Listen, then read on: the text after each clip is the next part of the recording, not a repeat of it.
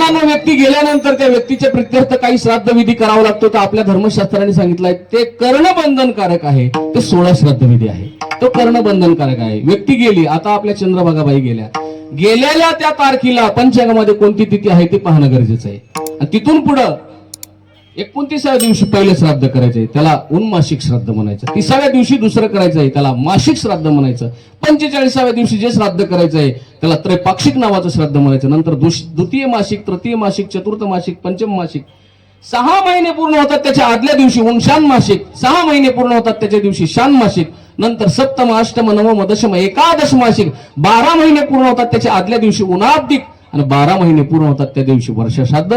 एकंदरीत गेलेल्या व्यक्तीच्या प्रित्यर्थ वर्षभरामध्ये करावयाची ही 16 श्राद्ध विधी आहेत. करणं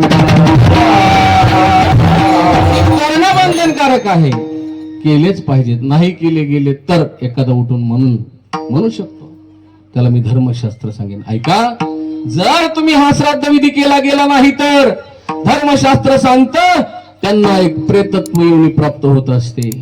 आणि तुमच्याद्वारे जर पिंड तर्पण विधी केला गेला नाही तर त्या व्यक्तीला ती पिशाची योनी म्हणा, प्रेत योनी म्हणा प्राप्त होते आणि त्यातून त्यांची सुटका होत नाही.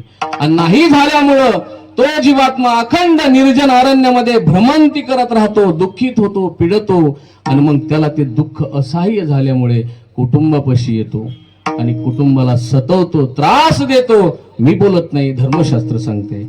भवंती प्रेतरूपासे पिंडदान विवर्जिताः आकल्पं निर्जनारण्या भ्रमन्ति बहु दुःखिताः.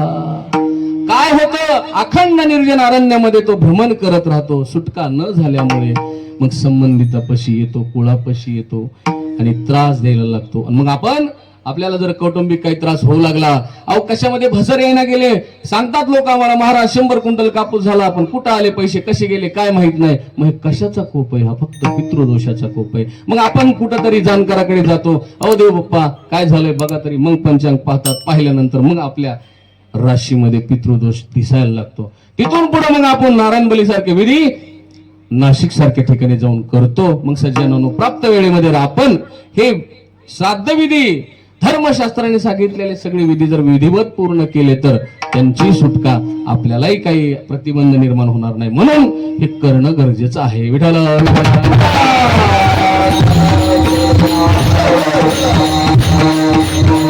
नाही केला गेला तर मग ते पितर बोंब मारतात.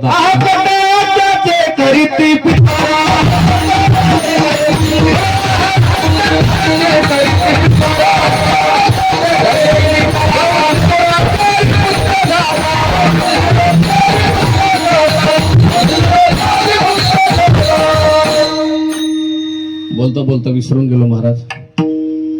ही जी सिस्टीम आहे, हे जे आवाज गोड तुमच्यापर्यंत, काय गोड लावली महाराज सिस्टीम. असं वाटणच गेलं हे दुपारचे 12 वाजून चालले, 1 वाजायला. गोड सिस्टीम ज्यांच्या माध्यमातून या ठिकाणी लागली महाराज. महाराष्ट्रात गाजलेली सिस्टीम आहे. आमच्या वांगी संस्थानला वाजवलाय कार्यक्रम. वांगीला कार्यक्रम वाजवला म्हणजे महाराष्ट्रात दरच नाही महाराज. असा कुठं शिट्टी मारत नाही, काय नाही, पाहिजे तसा आवाज, कंजूसपणा नाही. काही कसे असतात माहिती का, वाढवून आवाज इकडं आपल्याकडे, हो हो बटन तर खाली हात हलत नाही, वरीत निसतं मान हलती. पण तसा हा नाही महाराज. अतिशय गोड सिस्टीम. शेंडगे मंडप तिगाव आमचा गोविंद, अतिशय प्रेमळ व्यक्तिमत्व आणि लावण्यातलं ज्ञान असावं लागतंय. बटन किती तिथं ते फिरवण्याचं ज्ञान पाहिजे, ते त्याला आहे महाराज. म्हणून त्याची सिस्टीम 1 नंबर आहे. विठ्ठला विठ्ठला.